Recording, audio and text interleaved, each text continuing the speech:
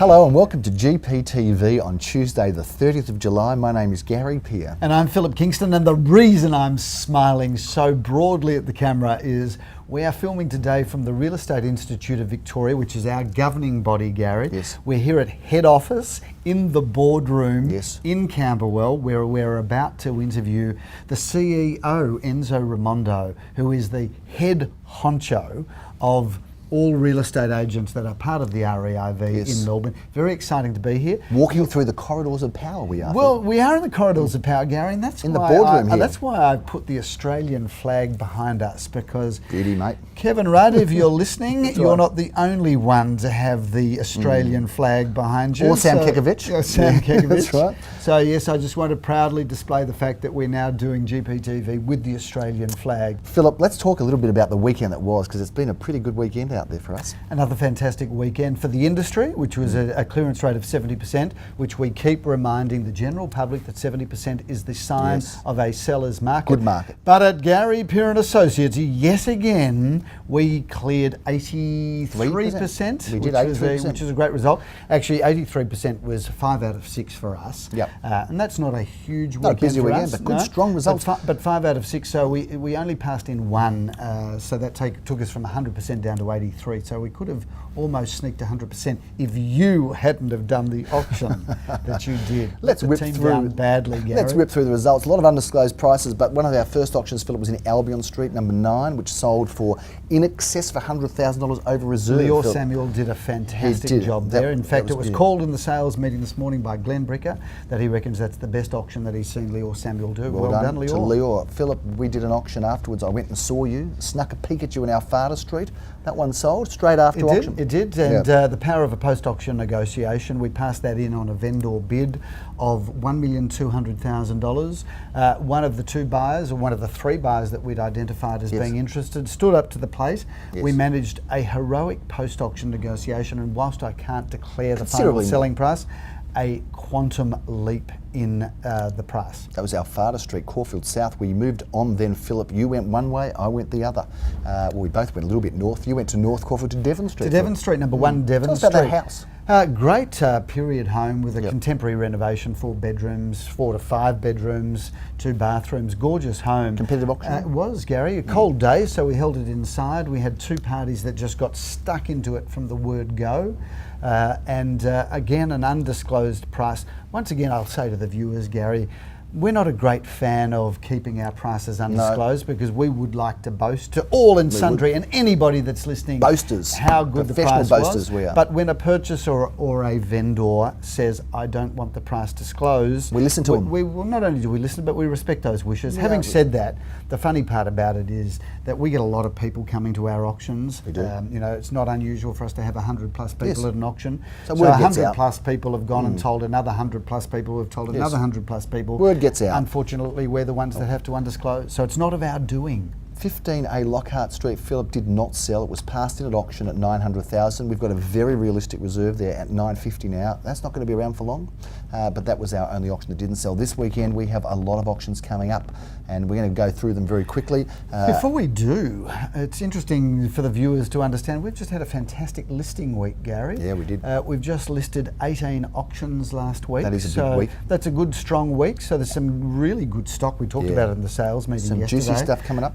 There's some fantastic stuff there. So you get in touch with your local real estate agent that works at Gary Peer & Associates to get a bit of an update. Let's whip through these quick, Phil, because we've got lots to talk about with Enzo. What have we got? We've got Bentley East on Saturday morning, Philip, Caleb Street at 10:30 a.m. A beautiful modern quickly property. Up on screen with that one.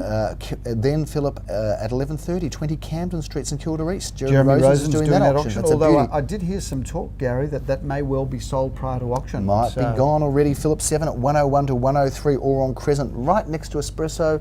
That's a terrific unit. Great spot. And very affordable in that sort of low to mid 4s, Philip. A good buy for somebody. And Phil, you are going to be in Adland Street at 12:30. Our old stomping grounds, Yes. where we did start our career in real estate did. in Ackland Street. Great Yes. street to buy Young anything- teenagers we were, Phil. Wet behind the ears. Buy anything in Ackland Street, and certainly a great spot to live. Phil, Chomley Street, Paran, one of the best streets in the area. You are auctioning a development site at 3:30. Good opportunity for somebody. Fantastic development site, Gary. Really wonderful. It's plans and permits approved for that site, so all the hard work's been done.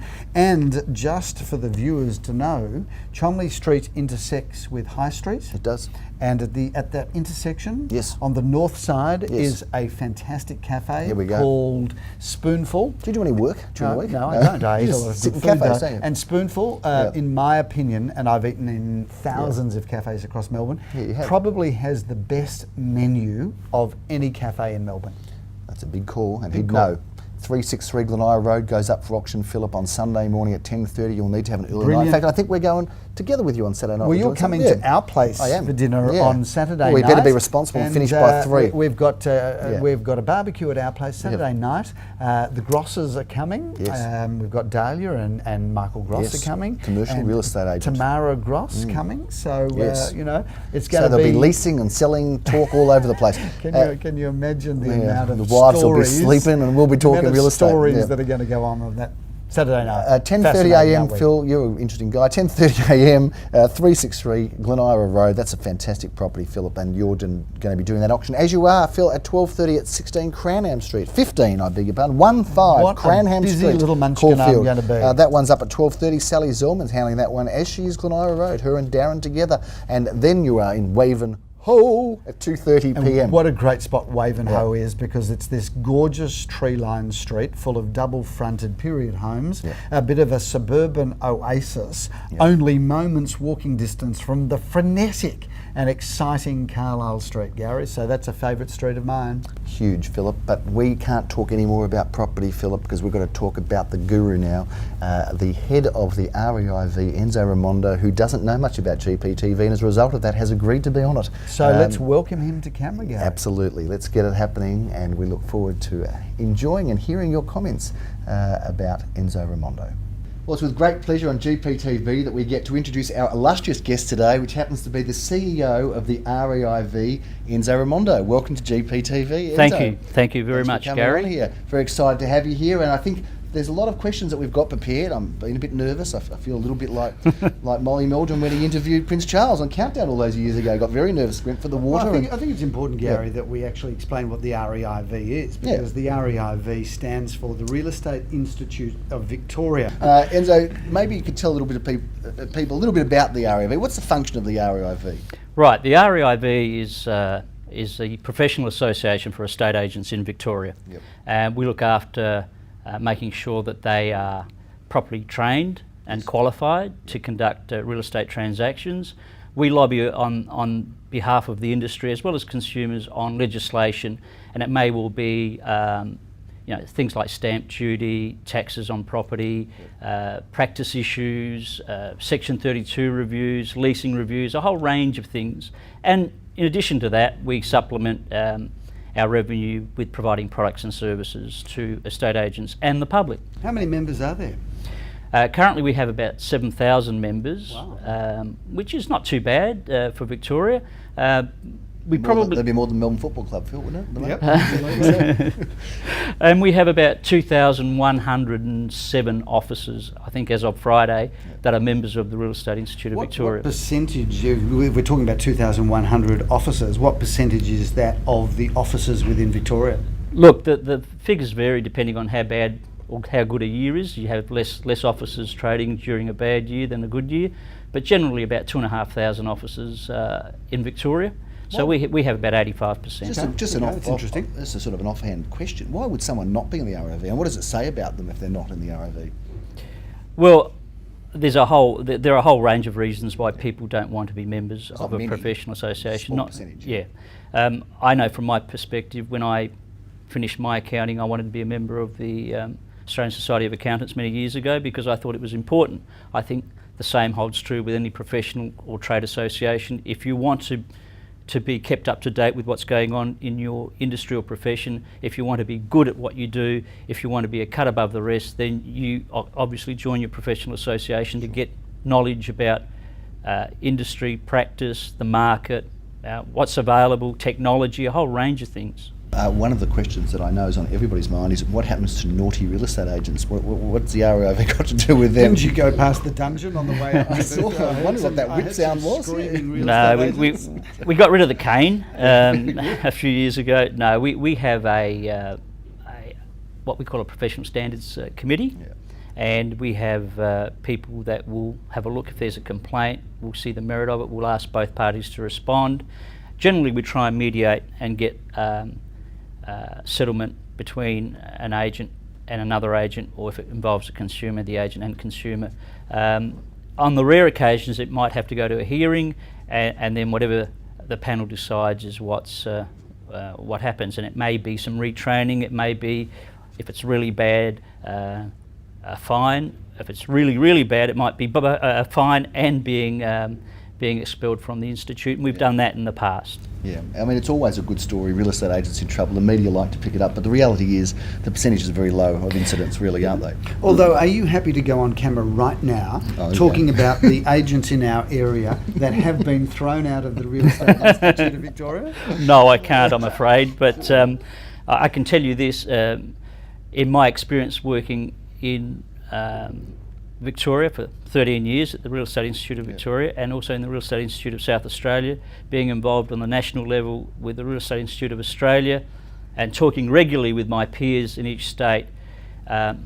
We have the lowest number of complaints of any sort of professional trade. I mean, it is a bit of a hang up on them, or it is a bit of a pop culture to get stuck into estate agents, but what people don't understand is when you're dealing with real estate and property, it's an emotive transaction. You've got the estate agent trying to get the best for the vendor, the purchaser trying to get it at the lowest price. So, you know, there's always, the easy target is the estate agent, and in most cases it's unfair, but, you know, that's what happens. But I can tell you from experience, the majority of estate agents do a sterling job, and they're very professional. What's the workforce, the size of the workforce at the REIV? How many people employed by the REIV? 70 at the moment, right. Yeah. And we've had more, but 70 at the moment. We work across a range of areas. We have a membership department, a legal department, a research department, and one of the big areas in the REIV itself is the learning and development area that has a lot of staff. And then we have our commercial operations, real estate view and property data that probably have about another 40 or 50 people working in there. Right. No, 30 or 40 people. I mean, a lot of people would know Real Estate View. They might not know necessarily that it's connected to the REIV. We in the industry know, but it's in there competing, I guess, with realestate.com and domain.com in terms of a major place. How is that travelling? Look, it's no easy task competing against the giants. The giants, you know, you've got realestate.com that's majority owned by the biggest media conglomerate in the world, News Limited. You've got Domain owned by Fairfax, which is another media player, and then you've got Real Estate View, which actually is number 3 in Australia at the moment, which is a majority owned by the Real Estate Institute of Victoria. Our job is to make sure that we continue to provide value both to agents who want to list on Real Estate View and to the consumers so they can find what they're looking for. And we try and differentiate our site from the other two by providing more and more data on recent sales and analysis of what's happening in the marketplace. Yeah. So Philip, there you go, meeting with Enzo Raimondo. How exciting was that? Got to tell you, Gary, I was kind of a little bit nervous to be coming to the Real Estate Institute of Victoria head office to speak to the head honcho himself. Yes. And as we said at the start of the show, we've never appeared here as part of the ethics committee, and I hope that will remain that way.